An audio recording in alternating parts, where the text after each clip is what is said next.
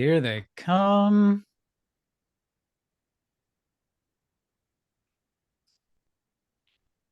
Holy moly. That's right. Come on in, folks.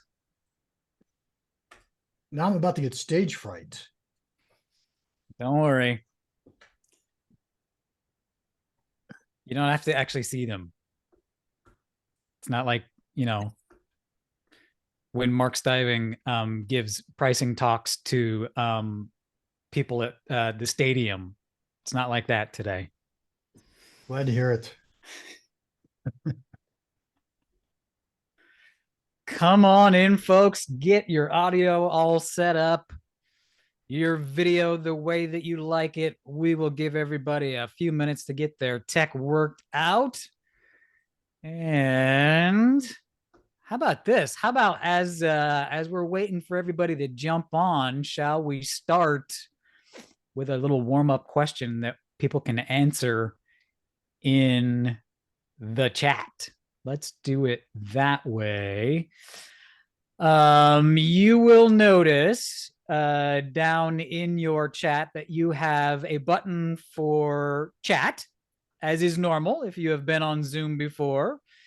You will also notice there is a button for Q&A. We will make use of both of those today, but just to give you a little exercise so you know the difference, let's have everyone put into the chat the answer to this question. Here's our warm-up question. Name a splurge purchase you have made recently that you thought was absolutely justified. You would just defend this purchase forever. Stick that over in the chat. Let's see what sort of splurge purchases folks are making. Oh, I love this part. Here we go. Here we go. Here's a bicycle. Here's a trip experience buying. That's where I'm at too. New motorcycle. Dustin, be careful out there. Sun ray glasses, a pinball machine. Matthias, nice. I love it. And man, if we had time, I would ask you all to defend these purchases because I want to hear some motivated reasoning. That's what I want to see. I want to see the justifications we come up with for all of these. Did you see automated litter box? I did, I did not. Dyson vacuum, hiking boots, new TV, Jeffrey. Congratulations. This is incredible. Good job, folks. And you have successfully distinguished the difference between the chat button and the Q&A button. Great job, folks. Just to make it clear, what we'll do today is we will have you post any questions for our panel over in the Q&A. That's what you'll use that for. The chat remains yours to post witty comments or banter with each other, however you feel that you want to communicate with the larger group. Go ahead, do it in there. Any questions that you would like asked of our panel, stick them in the Q&A, and I will do my best to keep an eye on that. I'm still scrolling. Look at all these. An ATV Corvette. Wow. Corvette. All righty, gang. I think Wait. Go ahead, Mark. You got more? You see Michael Couch, he ordered cheese from the Parma region in Italy. Now that's unique. Man, isn't it so fun living in the future here? It is. Where we can just say, I'd like some cheese from the Parma region, and it just comes to your door. Fly rod, Victor. You and I need to go fishing. That's what I see. That's what I think's gonna happen here. Hot tub, Don. Woo. All right. All righty, gang. Let us get some of the preliminaries out of the way here. First, housekeeping items. We've covered the difference between the chat and the Q&A. Stick your questions for our panel today in the Q&A. That's what we got there. Item number 2, yes, you will receive a copy of the webinar today. Everyone who's registered will, in the coming days, receive a recording of everything so that you can reference that to your heart's content. No need to furiously take notes, as you can just relax and listen. You will get a recording. And what else we got here? Let's do some introductions. How about that? My name is Eddie Gordon, courseware designer here at Pragmatic Institute, and it is a great pleasure to be with you today. We have what we are calling our surprise pop-up webinar on pricing. This is going to be one for the books, I think. Thank you, Anonymous. Already posting questions over there in the Q&A. That's how this is going to work today, folks. No set presentation from the panelists. This is going to be a Q&A session.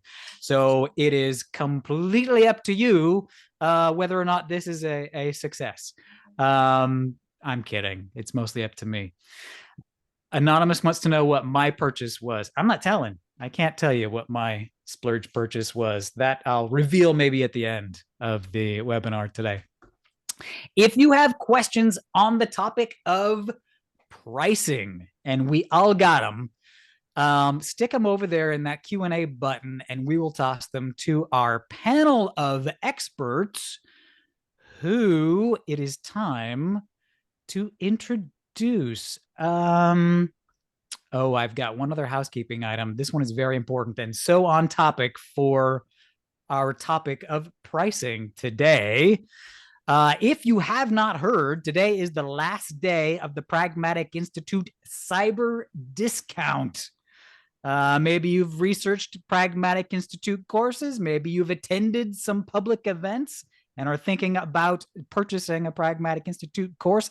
Today is the day to register for that Foundations course if you've not taken it yet, the last day of our cyber sale. Here's your secret code. This will get you in the clubhouse. You need to use the code cyber 15, CYBER 15, cyber 15. As you purchase that Foundations course at pragmaticinstitute.com, that will get you 15% off of that course. If you are already an alumni, which I'm guessing many of you here in the audience are alumni,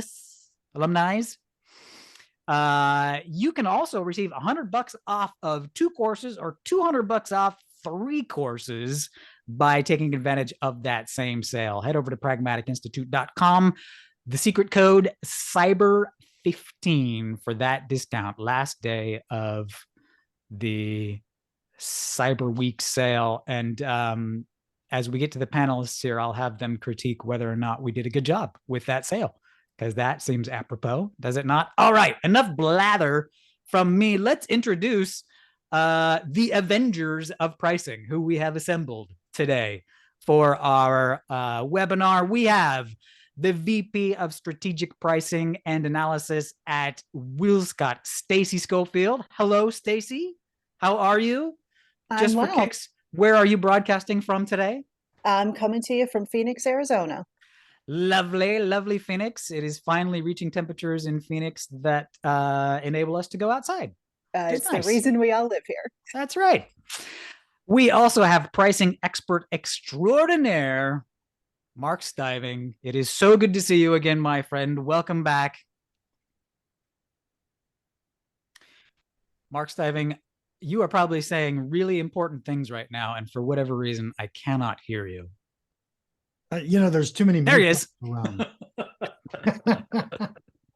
So just so you know, I live in Reno and I got my first snow this morning. So, hey. Snow in Reno. Should be a song. Should be a song. We also have Director of Pricing at Kartasad Shahzad. How are you? Doing great. And just so you know, the one who splurged on PS5, you're my favorite.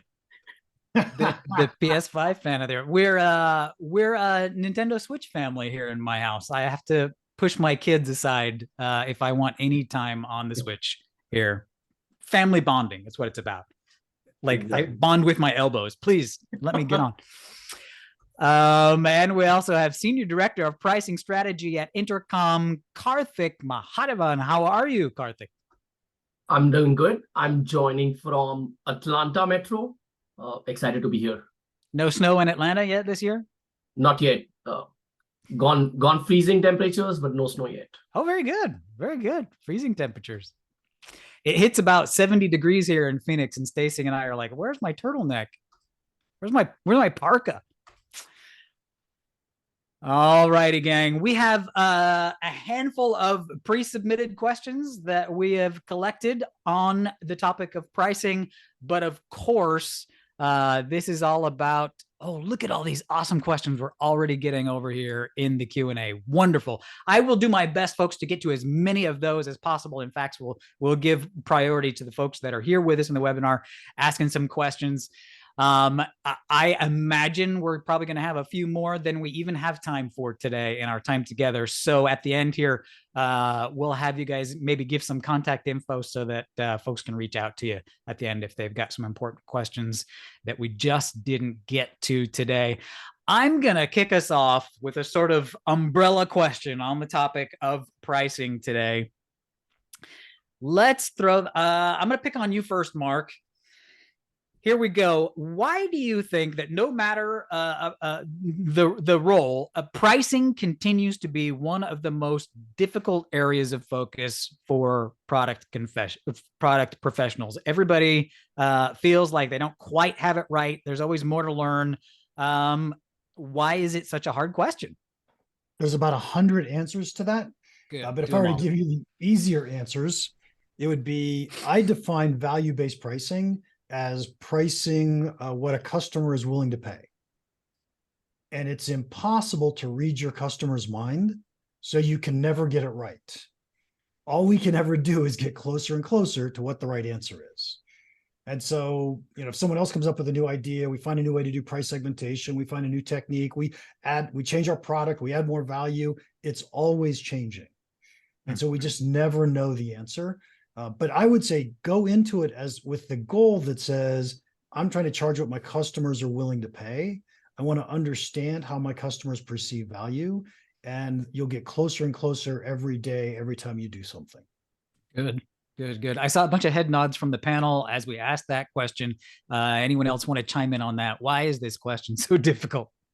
I think what I would piggyback on that is your customers don't all value the exact same thing, right? Just like when we're making purchases, we don't value the same thing. So it's understanding where those differences lie and trying to target, maybe it's the majority, maybe you target even a minority at times to say, how do I get a price that works really well for that customer? So it constantly evolves, it's constantly learning, and just try to get better. There's no such thing as perfect. Good. And just to add to that, like what I've seen happen is that once you set the prices, you were in a different market stage. Over time, like competition, market landscape, they keep on changing. So it's not like you set something and set in stone. You have to keep refining it as we go. And that's why like we constantly monitor the price realization or what kind of prices we are getting from different segments, and then tweak it as we go on. So it's a continuous process all the time. There we go. So it's not necessarily that we're just getting it wrong always. We just need to change our thinking about it. It's not a task that's done one time. It's more like laundry, right? You're never done with it. There's just going to be more to do, and that's okay. Just keep on top of it. Yeah.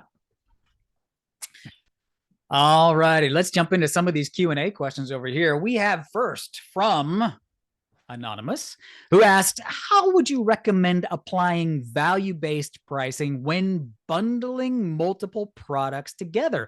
Bundling seems to connote discounting, which to me runs counter to the idea of value-based pricing. Do we have a conflict of interest here? Bundling, does it work with value-based pricing? Who's got the biggest smile? Saad, you've got the biggest smile. You seem to connect with that question. Yeah, I've been working on it for a while, so maybe I can start it. Okay. So bundling, value-based pricing, let's break out the two. Value-based pricing, exactly what Mark said, like what is your customer willingness to pay? Discounting, the way you should think about it is you're doing discounting to change a behavior or to get something from the customer. Discounting is not like, oh, you can't afford to pay, so I'm going to discount it a little bit. That's why you have packages. So whenever we discount, the idea behind the scenes is that, all right, I'm going to discount if you're going to buy more. I'm going to discount if you're going to do something for me. I'm going to discount if you're going to do early renewals or upgrade or do something for me in return. That's why discounting is the incentive to do it. So when we're talking about bundling, you're increasing the overall size of spend that you have from them. And that's where like, okay, giving them a little bit of discount makes sense, because now you're having somebody who's paying you $100, you're asking them to pay you $200, $300, and that's where you can discount more and bundle more together. The main thing about like it's a pricing question as well, it's a packaging question and a very customer-centric question when it comes to bundling. Like key thing that we did an exercise earlier this year, we found out like when you're bundling these things together, you have to understand like who the customer is and the buyer. Is it the same across those bundles, right? Really, like you have come up with different products and the same buyer is the right one for it. If you have multiple products and you're selling to different customers, you will have like a sense of like if a customer is there and the rest of the bundle does not make sense to them, they won't pay for it. So, and then all of a sudden you're thinking like, oh, is my price accurate, or is my discounting enough, or the whole concept of value-based pricing is accurate enough. You have to think about when you're bundling the customer and their usage and understand like the buyer is the same across the board. And that's why bundling makes sense. And then as these products are tacked on together, do they increase the value that you're delivering for your customer? I think those are like pretty basic things that you have to figure out before you jump into and think about like, what is the signal that I'm getting through my pricing? Just to make sure we're all on the same page, I saw a couple comments in the chat. Who would like to take a stab at a brief description of value-based pricing, just to make sure everybody understands what we're talking about? Yeah, I can Karthik, make a shot do of it. it. It's a pretty simple answer. It's pricing a product based on the value delivered, right? And not necessarily using only cost or competitor pricing or some other factor. You truly have to look at the value delivered by the product. Now, there are two ways to do that. One is you can try to quantify it yourself. And the other is do a willingness to pay type of study. And the difference between those two is objective value versus perceived value. So it is possible your product delivers a value of $100 per unit, but the customers don't perceive it. They think it's $50. In terms of there was another question that I can address is there a framework for value-based pricing? I would say yes. I use a very structured framework. You may have heard something from Mark, from other folks. Step one, understand the value proposition. Step two, think of pricing structure options within which pricing metric is an important consideration. Step three, go on to quantify those value propositions that I just mentioned in step one and use that to set your price points. When you choose your pricing structure and metric, you have to look at pros and cons in selecting that. Then comes the discounting decision for various segments or geographies, and then the enablement part. So, and I'll also touch upon the first question, which is if you chose bundling or some sort of a bundling variation as your pricing structure, that doesn't mean giving discounts takes away from a value-based pricing approach. It's a related but separate decision. Karthik, a comment in the chat. Can you repeat those three steps that you just mentioned? Yeah. Number one, and this is specifically product managers, when I work with them, what is the value proposition? Be ultra clear about it, bulleted points. Step two, think of 2 or 3 pricing structures with pricing metrics that can be used to deploy and monetize the product, and write down the pros and cons for those.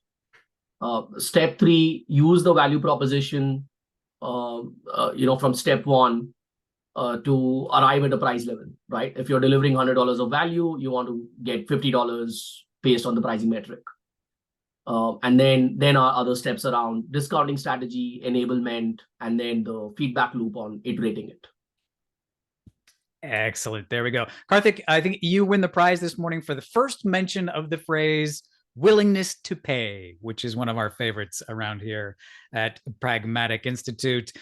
Question in the Q&A: what is the best way to determine a customer's willingness to pay? Obviously, if we knew how much they were willing to pay, our job is done. Pricing done. We just charge that, right? But how do we figure out what a customer is willing to pay? Anybody who's going to take that one? I mean, one way you can look at it is from a survey perspective. You can reach out to your customers, gather that input of if they were to look at it, at what price point do they consider it too high? Is it a good deal? Is it cheap? And you can start to plot that out and framework up what that looks like from an overall boundary on their willingness to pay. there's not going to be one single answer that applies to everyone. So it's truly that bounds of where you can gather the majority. And over time, it becomes a lot of testing to see how customers respond once you do put that pricing to the market, and where you start to see ebbs and flows with it. So already in a couple answers this morning, we've talked about how the same price may not be appropriate for different customers. How granular can we get in customizing our pricing? Is it worth it to try and get as granular as possible? In other words, everybody that wants to buy gets a different price. Is that achievable? Is it advisable? Mark, big smile on your face at that one. I'm actually smiling because John put a great answer in the chat just now. Mm-hmm. Are we talking B2C or B2B? If you're talking B2C, you're only going to put one price on your bag of potato chips at the grocery store. But if we're talking B2B and we have a direct sales force and that salesperson is negotiating with procurement, every customer is getting a different price. And so it really depends on the product, the market, how we're dealing with it. There we go. Good answer. Anyone else chiming in on that one? Lots of head nods. It's good. Yeah. Go ahead, Karthik. Another way, and this may not be possible in all industries or all companies, is some sort of an A/B testing. It is possible, more possible in B2C type scenarios. Think of an Amazon or Walmart, but more and more B2B software or SaaS companies are also doing it these days. That's another way to discover willingness to pay or price points to achieve a certain goal. Yeah, can I take a quick shot at the how to measure willingness to pay or how to determine willingness to pay? Go for it. There are probably a dozen statistical methods that you could go use. Conjoint, Van Westendorp, Gabor Granger, right? There's a ton of these things that you could go research on Wikipedia and say, here's how I want to go measure this. And I think most of those would work relatively well in, and I'm going to call them B2C situations. In the world of B2B, or even if you've got just a few customers, it makes so much more sense to go talk to your customers, right? If you're a pragmatic student, you've heard the word Nihito, go do your Nihito visits, go figure out what the heck your customers really care about, where they're getting value from your products. And once you can truly understand that value, and it's different for each customer, that's what's going to guide you as to how much money you can get away with charging any individual customer. Beautiful. Beautiful. Here's a question, a good one from Tiffany in the Q&A over here. We're going to talk, there are ways to talk about how do you price, but a big part of pricing sometimes is our internal dynamic or internal politics. Tiffany asks, what strategies have you used successfully to push back on product and the management team when product pricing is too high for the market? So in this scenario, we've already concluded it's too high for some reason. How do you talk to the rest of your internal team about the fact that that might be too high? Data. Got you thinking. Yeah. Go ahead, Zad. You have to think about it from this way. Like any conclusion, like in this case, let's say the conclusion is already made for us is the price is too high. And I'm guessing you've tons of data on close loss rate, or the NPS scores are telling you that price is out of whack, or your churn reasons are because of pricing. So all that is all predetermined for 1 second. I think for one thing that I go by and I tell this internally is that 20% of my work is getting to the right answer. 80% is making sure like everybody agrees it and we execute on it. And that's I'm sure like if there's somebody who's done pricing, that's where the most time is taken. And this is where the most negotiations happen before we actually do it. So price increase, like you could say like price is high or price is low. That does not matter. Like working with your stakeholders, you have to bring them along. And what we do is like, one is you could have this data. The other thing, like what Mark was mentioning, like customer interviews. One thing that we have done in the past is like actually having those key stakeholders join in those interviews. So they get like first-hand experience of what we are learning and we learn together. That helps us when we are at the end of it and saying, okay, this is what we recommend. Everyone is on the same page, the same knowledge base is there, and then you can move on from there. That's one way of doing it. The other way of doing it is just making sure that the stakeholders that you have, they all have a consistent goal across the board. Because the reason why we internally, this creates a big issue is like, okay, finance is probably in this case, like if pricing is too high, finance is probably happy. Their predictions or what they think they'll get next year goes high. But on the other hand, you have like sales team who have a struggling meeting quota, or a product manager who's struggling getting adoption of their product. So you have to figure out like across the board, like what's the overall strategy you're coming up with. And it's okay to say at times that my strategy right now is to acquire as many customers as possible. That's why we're going with a lower price strategy or penetration pricing. Or my strategy overall is to monetize the best I can. And those are key things. But I think like getting that across the board in a clear sense across your stakeholders, that's the difficult part, and making sure like everyone's aligned to it, because each stakeholder has their own objectives and North Stars, what they go for. Right. Yeah. Question in the Q&A. What if you just sort of get an edict from upper management? You're going to raise the price so much percentage. Just do it. I mean, you want to keep your job, right? That works. Okay, here's the thing. That works for internally. It won't work for your customers. You go to your customer and say, I'm going to increase your price. And the reason is because my execs told me. Okay. Oh, well, then fine. Here's more money. Great. Good.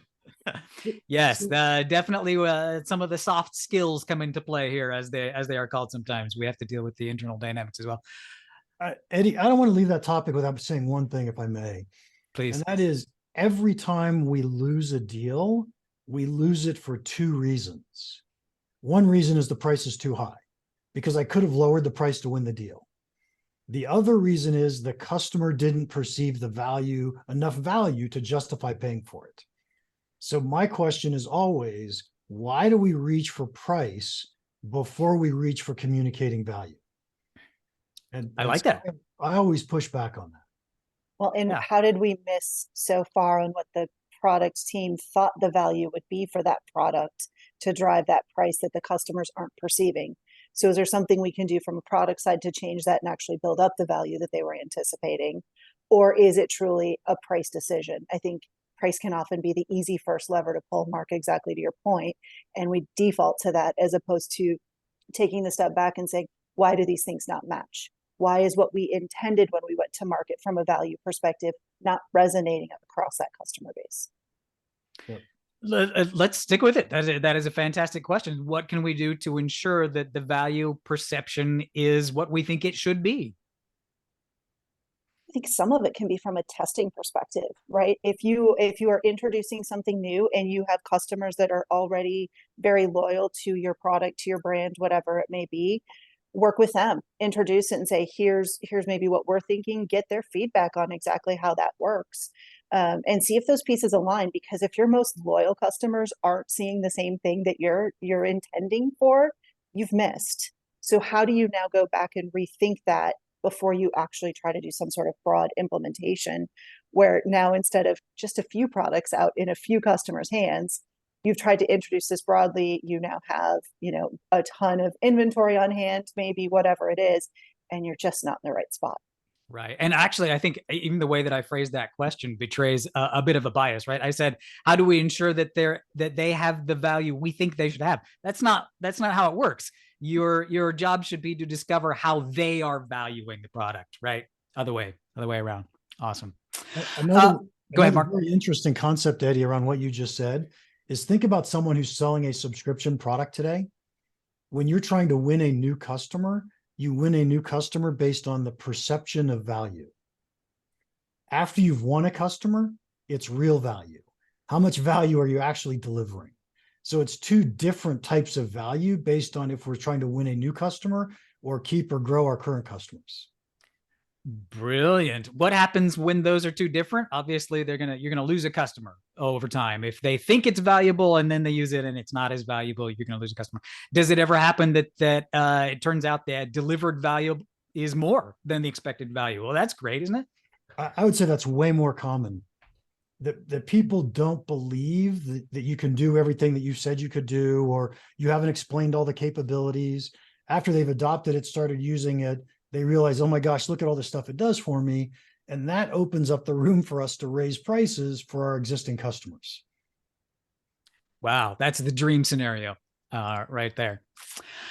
We've got a bunch of questions about subscription models. So this is going to open up a new can of worms, but let me start with this question here from Anonymous. I keep hearing that subscription models provide the most customer value. Do you think this is true? And in what cases, if any, should we be staying away from the subscription centric model? Is this the way? Am I just going to, have to pay a subscription to get bananas from Safeway from now on? Yeah, I can go ahead, take Karthik. it. Yeah.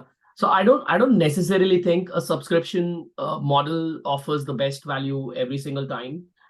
It is also important to be on the same page as to what we mean when we say subscription type pricing or model.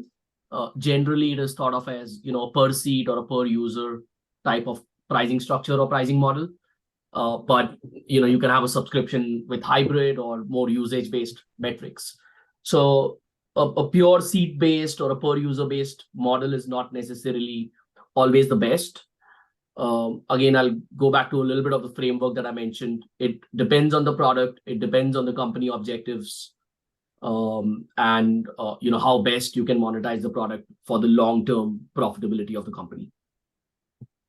Good. Yeah. Go ahead, Mark. I often Mark and think, Inside. sorry, I often think about what wouldn't work as a subscription. And I'll give you one fabulous example. It is tough to subscribe to coffins.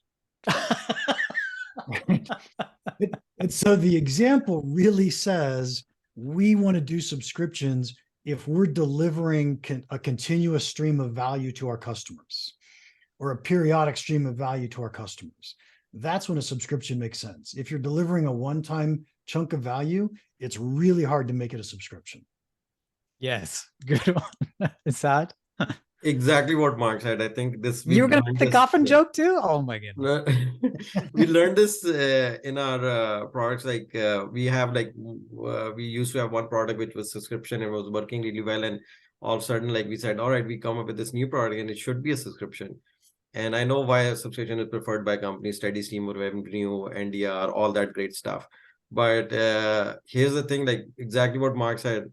What we learned very quickly was you could see the usage of the product, or you could see the adoption of the product, and it was very infrequent. So if they're looking at this thing every 6 months or a year, once in a year, you do not justify that subscription model, and you're quickly going to come back and customers going to say, yeah, I just use it once, it provided value, and that's about it.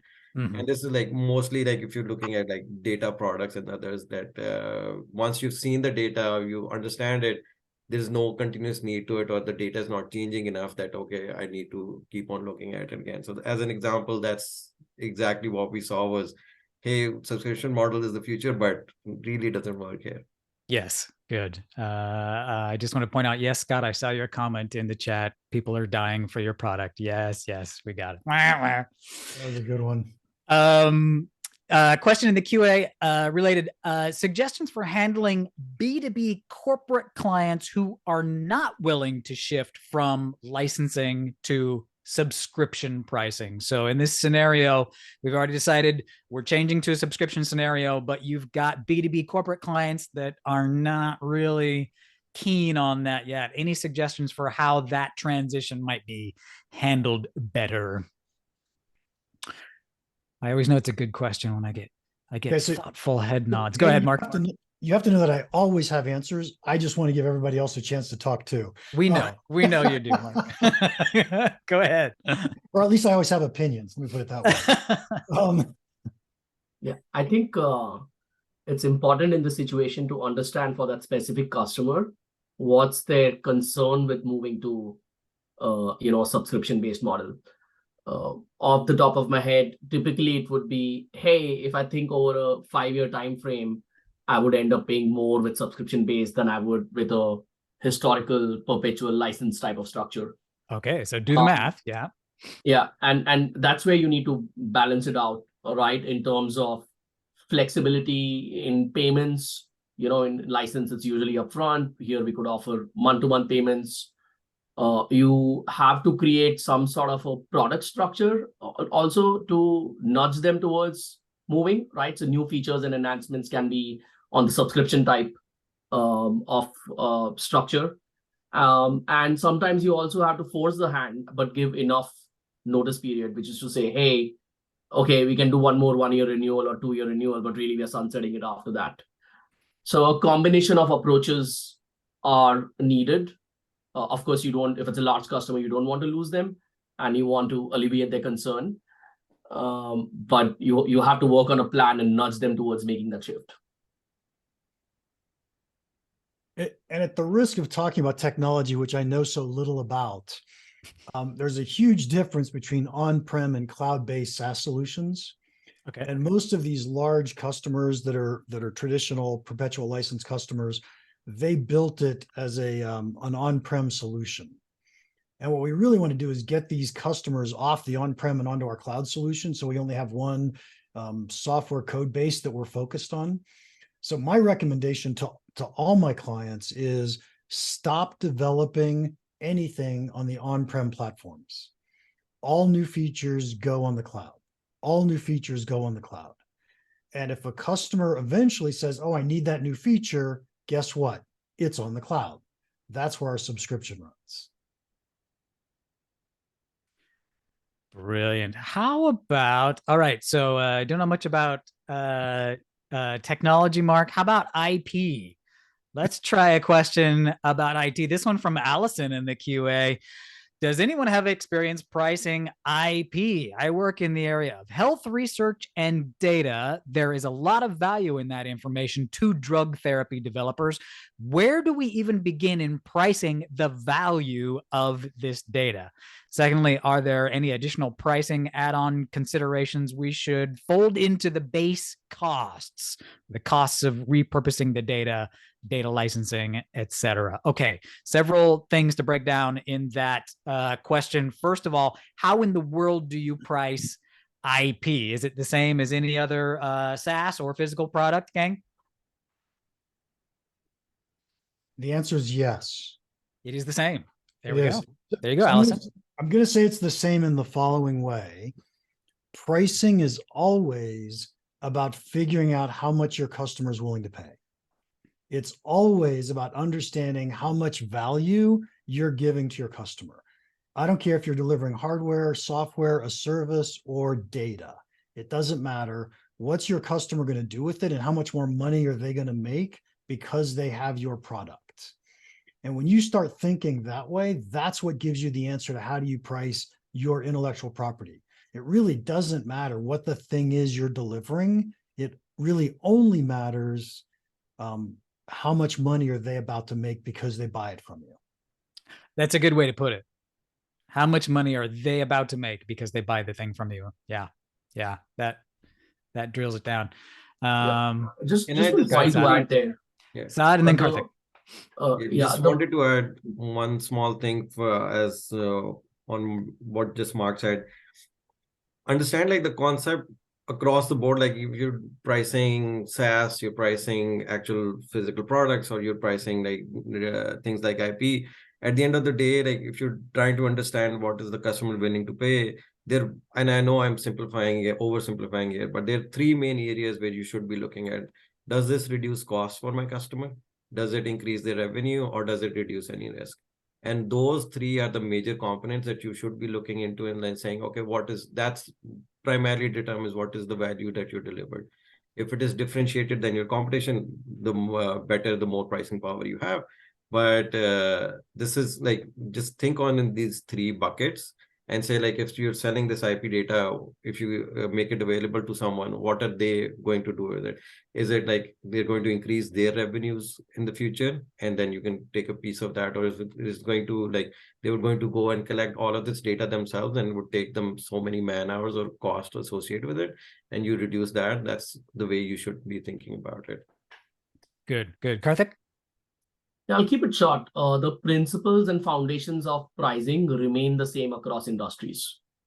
And even if you think about B2B SaaS, or you take a pure chemicals commodity type of business, there are ways you can do value-based pricing. There are ways you can differentiate. So the foundational elements remain the same. Just, it varies in terms of how you monetize it with respect to industry. Brilliant. Brilliant.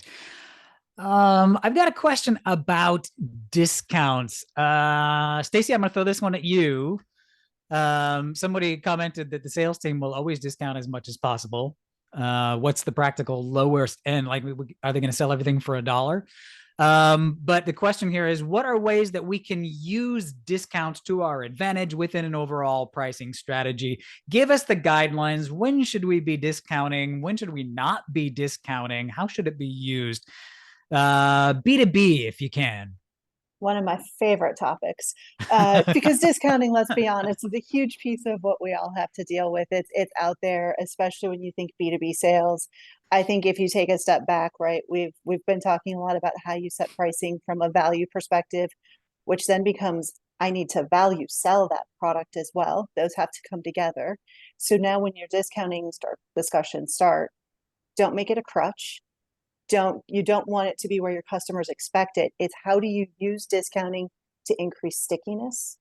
How do I actually leverage that discount to bring customers back, to introduce them to my product, to get them to come in? I don't want to do it every single time, day in and day out, where they now expect it. But how do I introduce them to something new to say, hey, I've got this thing. Let's try it out. I can give you a little deal. Here's what it usually looks like. It's around your framework and management of discount. I think the minute it becomes your everyday all-in practice, you've now lost your value conversation, whether be it from a price or a selling perspective. So it should not be your default for just making more money, of course. I think I heard you mention two specific good reasons for discounts. One was increased stickiness. One was bringing people back. Or is that? Can you say a little bit more about those two scenarios? Absolutely. I think you have the opportunity to go back and say, if I've lost a customer, why did I lose them? And it frankly may not have ever been about price. That maybe there was a different product, they went and tried someone else. Maybe there was a different service issue. There's a number of things that can lead to lost customer. Can you go back to them with a promise, with a guarantee, with a little discount and nudge to say, come back, we've fixed things, try us out again. So now it's that win back to, ties to the first one, hopefully bring you some stickiness with that customer. Awesome. I have to point out, Nick defending our sales teams in the chat there. Sales team doesn't always discount as much as they can, especially when commission is tied to the total deal amount. Thank you, Nick. Sales teams, we love you. We would not have jobs without you. We love you, sales teams. Let us do, here's a question from Alika. Alika says, if one is using cost plus pricing and desires to do a price increase, what and how would you add value-based pricing? How would you add value-based pricing elements? So if you are using cost plus pricing, and Mark, I see you smiling already about cost plus pricing. Now he's covering his mouth and laughing. Oh dear. Okay. If we are using cost plus pricing and we desire to do a price increase, how do you show added value to your customers? Mark, would you like to start on this question? I would love to. But I'm not going to answer the question. First, I'm going to really make fun of cost plus pricing, if I may. Okay. Sorry, Alika. You're about to get Mark Stivinged. I want you to pretend for a second that your product costs $1. You want 50 points of margin, and so you charge $2 for it.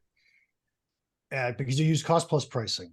And your engineering team does a fantastic job, and they reduce costs by 25%. So your cost is now 75 cents instead of $1. And you use cost plus pricing, you just lowered your price to $1.50. So you lost 50 cents in profit.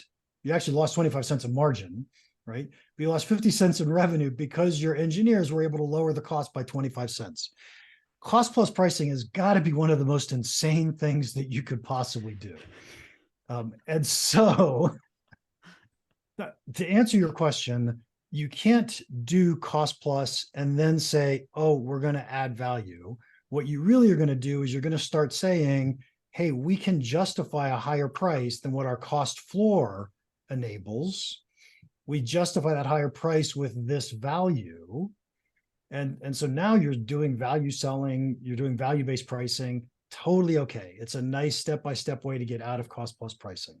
And as Steve points out, cost plus is very common in defense contracting, and that's actually part of the contract, right? It's T&M. We're selling you based on T&M, so sorry that you have to live that way.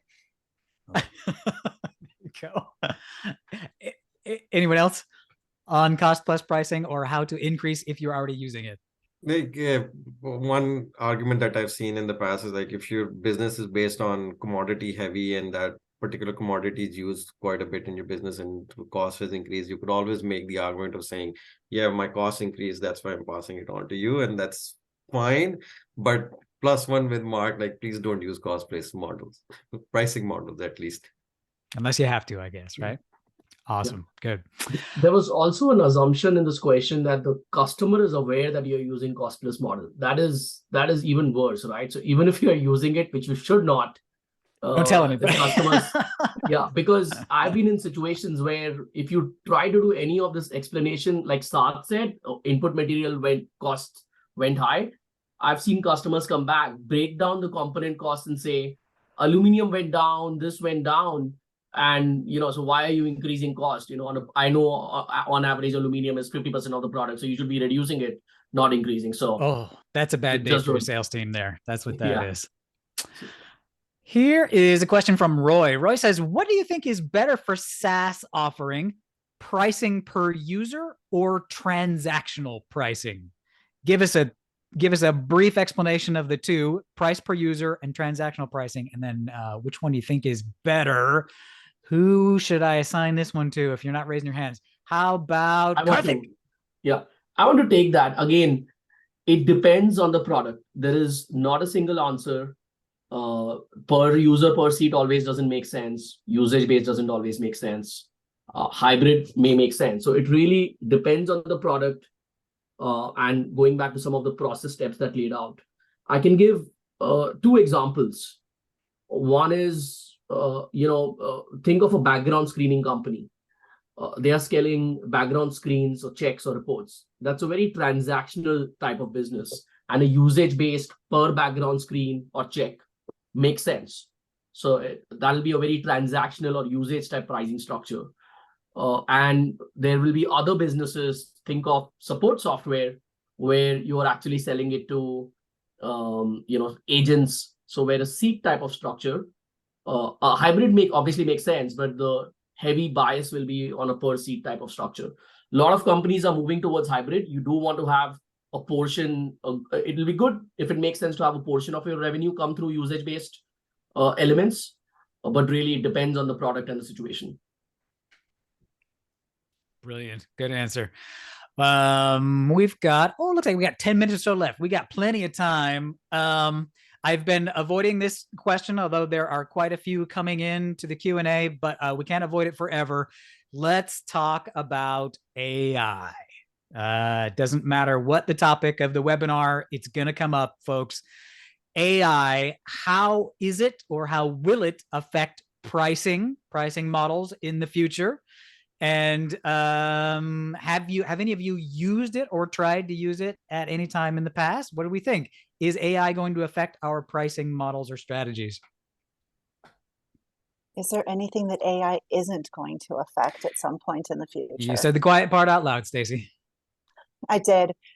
Is it out there? Sure. Are there things to consider? Yes. I think AI is one of those that opens a lot of opportunities for us in its ability to, frankly, harness data, right? We are data hounds as pricers. How do we bring more of it together, help tell a story? The risk of AI, especially in these early days, is that it's the magical black box. So what's it actually spitting out and how do you support it? So I think the other side of that is, instead of just saying, yep, I'm going to push a button and let it do what it does, can it help me inform and be better at what I do today?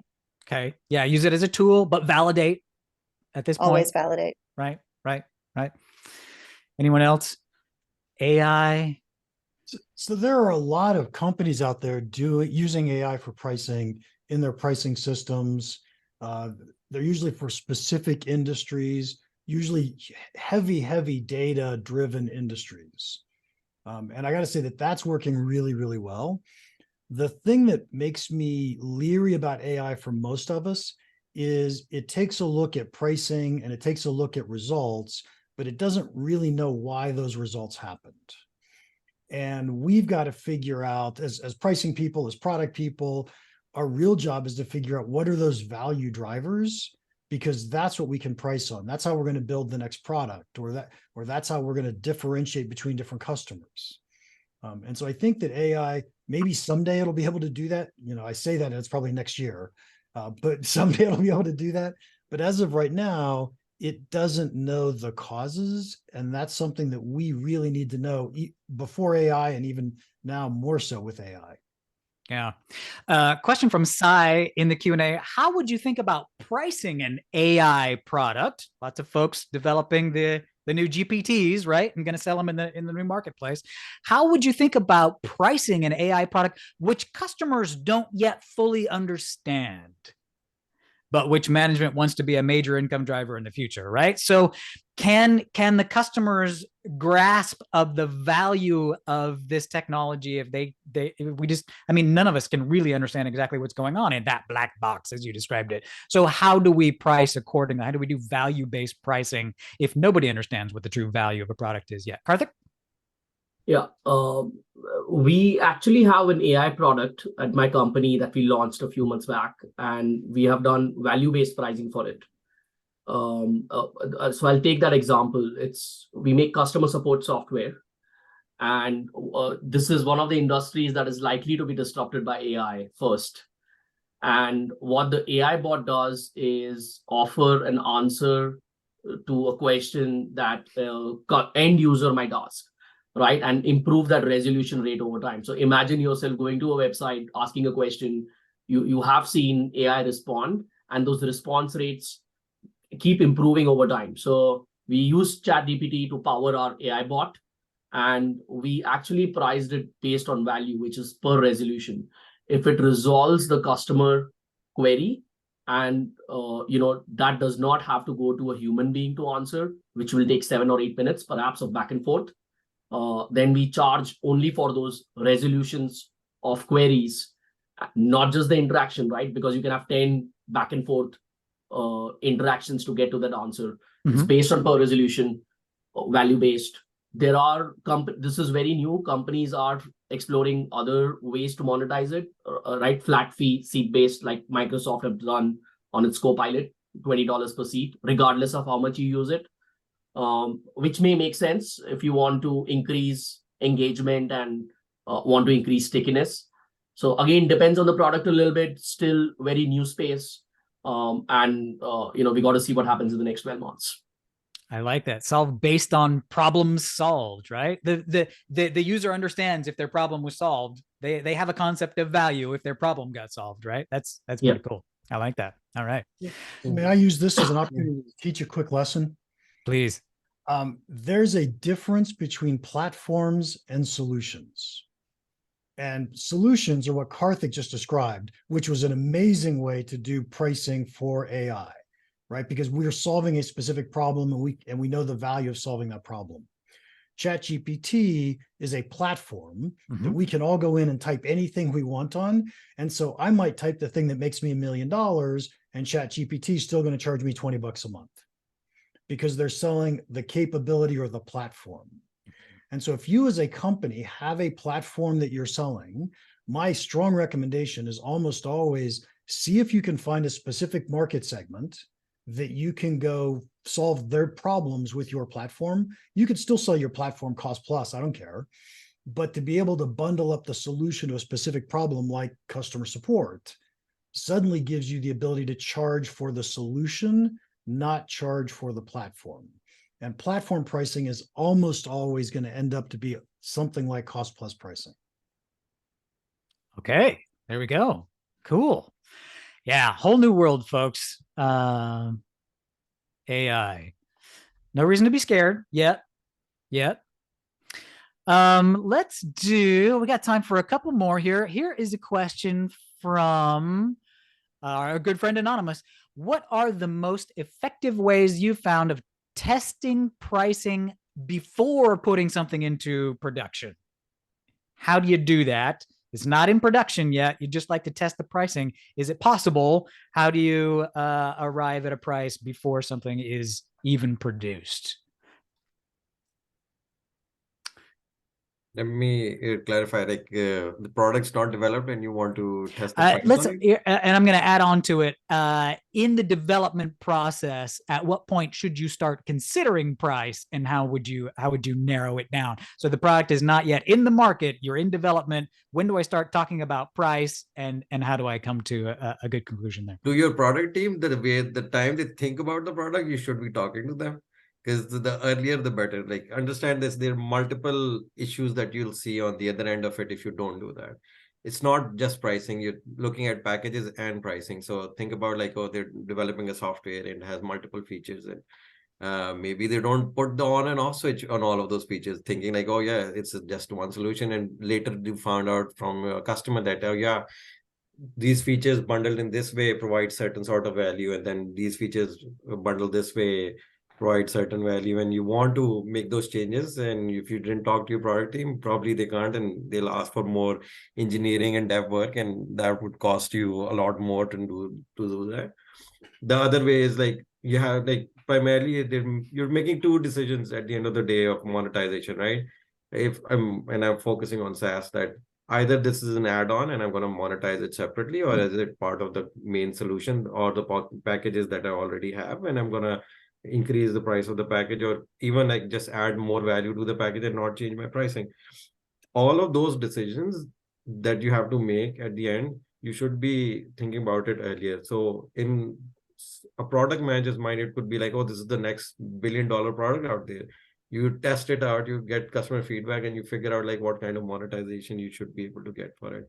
And coming back to the question, the way I've seen it done is we've actually go back, talk to your customers, and you can do a lot of what if scenarios and figure out like if there's actual value there. Then in other cases, what I've seen is that you can figure out like what your like if this product has competition, and indirect or indirect, and figure out what they're paying for it, and that can advise you in terms of like what kind of monetization you should be looking at. But always like start with the customer, and then if you want to get really fancy, you could do conjoints and stuff. But I think talking to the customer, getting their feedback would be the right way to think about this. And generally earlier than we do, right? Absolutely earlier. Okay, good. Couple minutes left, and I definitely want to get to this one because a bunch of questions on this topic, but let's talk a little bit about KPIs, analytics. Here's a question from Janelle. What analytics and pricing strategies are required for informing key pricing decisions? Include, if you can, methodologies and financial approaches that are preferred. Stacy, you nodded when I said KPIs. Favorite topic? Who would like to take on what analytics should we be paying attention to as we're continuously, as we just discussed, we're continuously monitoring our pricing? What KPI should we be paying attention to? What analytics should we be using? Well, so I mean, I'll take a first stab at this. Some of this is absolutely going to depend on your specific business and the product. As much as we want to say, here's the playbook and there's one answer, there's not. You have, what is your key pricing metric? Well, what's your price and how is that performing? How is that trending? But you can go further if you're talking about a B2B sales environment. What's your quote volume? What's your quote to close ratio on those? What are the reasons you're losing? What's your discounting percentage? What does your utilization of that product look like? Do you have a lot of it? Is it sitting on the shelf? All of these things can go in and inform. And by the way, they change over time. So it's a continuous monitoring of those. And there's not just one piece, but how you tie all of that together to look at the net impact. Brilliant. Others? KPIs. There is no easy answer, but I would say collect as much data as you can, watch for trends, and watch for anomalies. Trends and anomalies. And what do we do with those anomalies? Do we just throw them out, or do we look at them and say, oh, there might be something more going on here? Well, if they're my fault, I hide them. Yep. There are dozens and dozens of metrics, just depending on what project you're working on. But many a times, incremental revenue generated by a particular pricing related exercise or project that you're working on That's something to keep an eye on. And then, some customer related KPIs, customer sentiment, logos, that would be another important KPI. Great. Good. So I'd jump in there. Last thing to add, like the way I look at KPIs is what are the decisions you're going to make based on those KPIs. So always start from there is like, if let's say discounting is higher, can you actually go and reduce discounting? Then the price realization becomes important KPI for us. So I always think about like, what are the decisions you're going to make, or like what the audience is, and then go back into like what KPIs are important. Brilliant. Gang, our time is nearly there. We had so many questions coming in today. I was just watching this thing stream across my screen. We did not have anywhere near enough time to get to all of them. Who would like to volunteer their inbox as sacrifice for any of these questions that we did not get to today? Where can folks reach out to ask those questions of you? My recommendation would be is if you post it on LinkedIn and tag me, I will do my best to answer it. Mark has volunteered his tribute. His LinkedIn is the sacrifice. Anyone else want to jump in there? I can tag team with Mark on responding. LinkedIn. Is that the way? LinkedIn, or if you just send a list of questions to us, that's doable. Anything is fine. Brilliant. LinkedIn, leverage the community. There's always discussion going on out there. Fantastic, folks. Let me put in one final plug for the last day of the Pragmatic Institute Cyber Week sale. Cyber 15, SYBER15. That's your code word to get 15% off of the Foundations course, or $100 off 2 courses, $200 off 3 courses if you're the alumni already. I am not, the irony is not escaping me that I'm doing a discount plug on the end of our pricing panel, but we're just all about being meta here. That's what we do. Gang, this has been so incredible, so much fun as well. I've enjoyed this. I hope that you have as well. And folks who have joined us in the webinar today, thank you so much for your questions. You are the ones that made this valuable. See all these buzzwords I like to throw out here. You have provided the value for today's product. Thank you so much for being with us. Gang, we hope to do this again. See you the next time that we can do it. And everyone have a fantastic week. We'll see you next time on the webinar for Pragmatic Institute. Thank you.